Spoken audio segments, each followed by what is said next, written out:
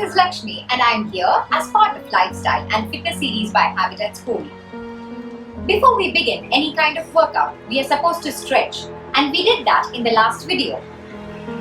And now, after stretching, we have to also warm up our joints, and that's called some mobility exercises.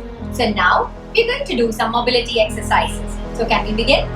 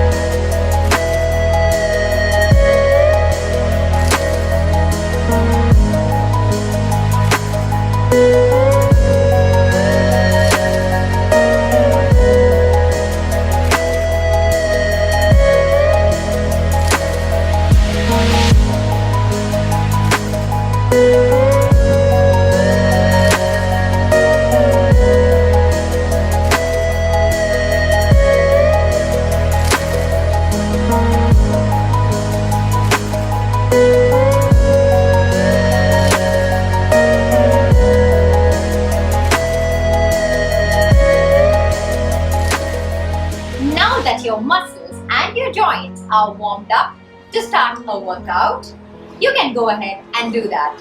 Thank you so much for watching and see you in the next video.